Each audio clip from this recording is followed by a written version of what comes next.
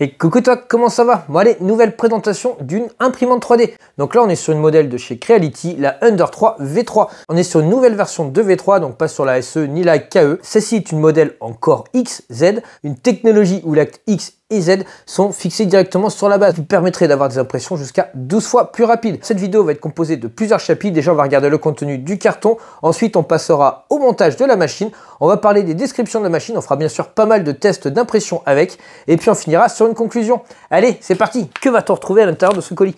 On va déjà retrouver une première pochette avec des documentations, un guide d'utilisation rapide qui est notamment en français, une carte de service après-vente et une petite plaquette d'autocollant pour les enfants. Bon, désolé, petit bug au niveau du déballage. Donc dans ce carton, ce qu'on va retrouver, on va retrouver le socle de la machine avec la petite connectique sur l'avant, le câble qui va aller sur la partie haute, sur lequel il y a déjà monté le petit plateau aimanté, sur lequel on va venir faire nos impressions. La partie haute, tout monté d'un bloc et des petits moteurs un peu partout. En plusieurs morceaux, le support de bobine, donc deux petits morceaux sur lesquels on va venir mettre notre bobine de filament, un écran tactile couleur de 4,3 pouces. Il y a un petit truc ici avec un petit ressort, je ne sais pas à quoi il sert, on découvrira ça par la suite. Un échantillon de filament de chez Creality, couleur blanche, qui peut être imprimé jusqu'à 600 mm par seconde, ce qui est la vitesse max de cette machine. Un petit tube en plastique qui va te servir de guide pour le filament. On avait bien sûr un câble d'alimentation, et pour terminer, il y avait ce carton qui a, à mon avis, tous les accessoires qui sont essentiels à monter la machine et à en faire son entretien. C'est-à-dire qu'il y a une petite paire de pinces coupantes, des colliers risselants, clé Allen, tournevis et une clé à pipe, des petites vis, une clé USB et un pot de graisse pour les axes. Bon, ça y est, il est temps de passer au montage de la machine. On va commencer par s'équiper des deux petits morceaux qui servent à supporter le rouleau de filament. Tu as deux petits boulons qui sont là qu'on ne peut pas serrer, qui te permettra de pouvoir l'encastrer dedans et tout simplement de venir en bas jusqu'à entendre la butée. On va prendre ce petit morceau là et tu vas venir le clipser par l'arrière. Tu le fais tourner, à un moment il rentre.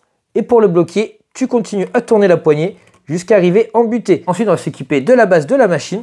Sur le côté, tu vois, à l'intérieur, juste ici, au fond, il y a un petit switch pour passer du 115 au 230 volts. D'origine, il doit être sur 230 volts. Et avant de monter la partie haute, on va quand même vérifier ce petit switch, être sûr qu'il soit bien sur la bonne tension. Ça serait dommage de cramer la machine pour un petit détail comme ça s'il a été mal réglé d'usine. Pour être sûr que tu contrôles, ils ont mis un petit adhésif juste dessus sur les trous de fixation de la partie haute afin que tu ne puisses pas mettre les vis et qu'ils te disent qu'il faut vraiment regarder ce petit switch. Prochaine étape, on va venir insérer notre support à l'arrière. Il y a les petits trous qui sont taraudés ici et ici, juste à côté des moteurs qui vont venir correspondre aux trous qui sont là.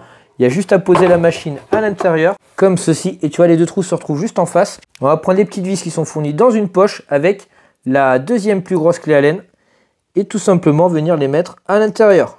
Et tu vois, lors du serrage, ça doit vraiment venir à fleur. Tu vas venir connecter l'écran tactile. Tu vois, il y a une petite flèche sur l'adhésif.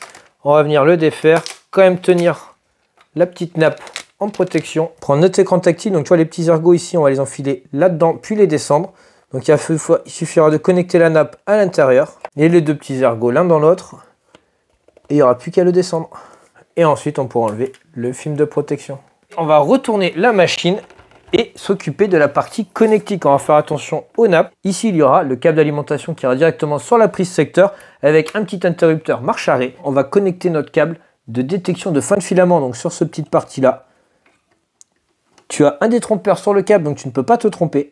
En ce qui concerne le câble d'alimentation de l'extrudeuse, il va falloir d'abord venir passer notre câble à l'intérieur du petit guide. Il va falloir venir mettre ton câble à l'intérieur de l'extrudeuse, clipser à l'intérieur. Tu vois ici, il y a une partie de câble qui est un peu plus épaisse. On va venir la faire tenir à l'aide d'un petit colson qui est fourni avec. Tu vois, il y a deux petits trous pour venir passer ton câble. Donc il faut le passer par le dessous, sinon on ne pourra pas refermer le petit couvercle après. Passer le câble à l'intérieur. Tac, le petit colson. Et venir bien le serrer. Alors tu vois, il faut qu'il soit bien serré sur la partie la plus large de câble, c'est la partie qui est la plus protégée. Le petit cache de protection, donc tu as le petit capot avec un petit ergot pour la côté sortie du câble et venir le passer par-dessus. Il ne nous restait plus que les moteurs Z à brancher juste ici. De ce côté-là, il nous reste un câble pour le moteur X et le petit capteur de fin de course. Il nous reste deux accessoires qu'on n'a pas encore utilisés. Ce petit support avec le petit ressort, je ne sais pas ce que c'était. En fait, c'est un support qui va venir là-dessus, qui va te permettre en fait d'éviter, qui va faire ressort, qui va venir te freiner plus ou moins un petit peu les bobines, éviter qu'elles se démêlent toutes seules. Et puis notre petit UPE va venir ici sur le capteur de fin de filament. Pour l'instant, on ne va pas le mettre directement sur l'extrudeuse parce que du coup, il va falloir qu'on vienne y insérer le PLA. On va prendre du coup ces petites pièces en plastique. Ce sont des attaches câbles. On va les passer à travers le PLA pour venir les clipser sur notre câble. Bon, désormais, on va passer à la première utilisation, la première impression de cette machine. Donc, on va venir brancher le câble d'alimentation à l'arrière de la machine et appuyer sur l'interrupteur qui se trouve à l'arrière de la machine. Tac, tu vois, le petit Creality s'allume, l'écran s'allume.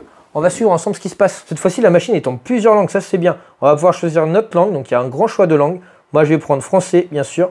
J'ai lu j'accepte les politiques de confidentialité. Configurez votre réseau, donc à partir de là, on pourra choisir notre réseau Internet, le nom du réseau et le mot de passe. Je suis bien connecté au réseau. Et on va faire suivant. Paramètres de fuseau horaire. Veuillez placer la plateforme d'oppression, démarrer la détection. L'imprimante va se lancer en mode de test. En bas, on va voir les différentes étapes qui vont se passer. Donc chauffage des buses, chauffage du lit chauffant, ventilateur, le ventilateur de la carte mère, la mise en forme de l'entrée et la mise à niveau automatique. Donc là, il va faire une batterie de test.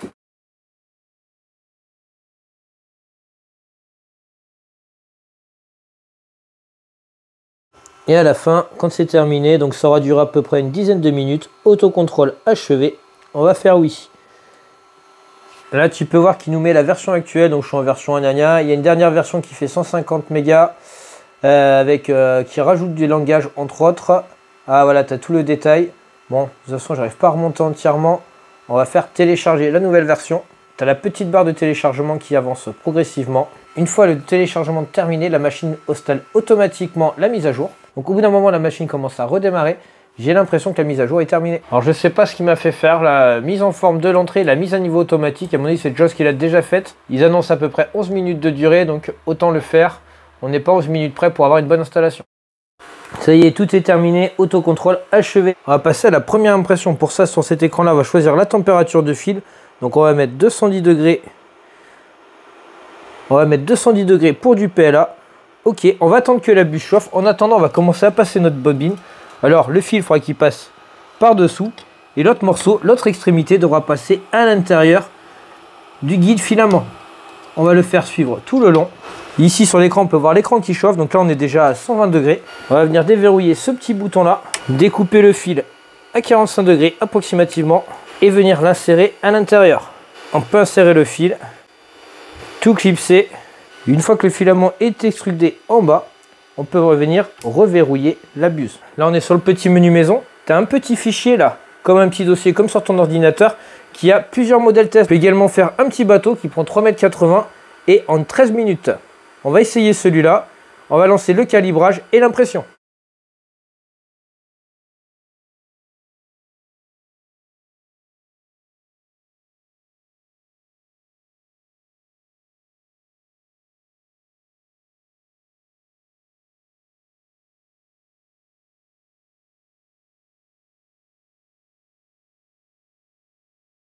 Ça a été quand même super rapide, je trouve. Allez, on va continuer ça. Bon, pendant que tu regardes les essais juste là-haut, donc je te mettrai la durée et le type de projet ainsi que le filament utilisé, je vais te parler un petit peu des caractéristiques techniques de cette machine. Alors là, on est sur une machine qui a un système de mouvement en Core XZ, c'est-à-dire que les moteurs qui vont venir faire bouger la tête d'impression, eux, sont fixés directement sur le socle de la machine qui te permettent d'avoir plus de vitesse. Alors, ils te mettent que tu pourras avoir une vitesse accrue jusqu'à 12 fois par rapport à une i3. Je ne suis pas sûr qu'on aille si vite que ça. Là, on est quand même sur une machine qui a une vitesse de 600 mm par seconde. C'est quand même une machine qui trace quand même pas mal. Niveau température, donc on a un lit chauffant qui va aller jusqu'à une température de 110 degrés. Et la tête d'impression, elle, l'extrudeuse, va aller de 0 à 300 degrés en 75 secondes. Alors, je ne me suis pas amusé à calculer, mais c'est vrai que par rapport aux autres imprimantes que j'ai pu tester, celle-là a une montée en vitesse, une montée en température qui est nettement plus rapide. Elle est équipée d'une buse qui se démonte et se change très rapidement. D'ailleurs, en parlant de la buse, on est sur une buse de 0,4 mm de diamètre qui te permettra d'insérer du fil de 1,75 mm de différents matériaux tels que du PLA, du TPU et de l'ABS. Donc tu pourras imprimer avec plusieurs matériaux différents. Cette imprimante a une précision de 0,2 mm et des hauteurs de couche qui pourront varier, donc qui pourront être ajustées de 0,1 à 0,35 mm. Au début de chaque impression, tu peux lancer l'auto-nivellement, c'est-à-dire que la machine va se caler elle-même tout seul et prendre différents points de repère. Elle est équipée de 2 ventilateurs afin de permettre de rafraîchir rapidement l'extrusion et le produit qui sort de la buse d'impression. On est sur la modèle V3, donc la Ender 3 V3.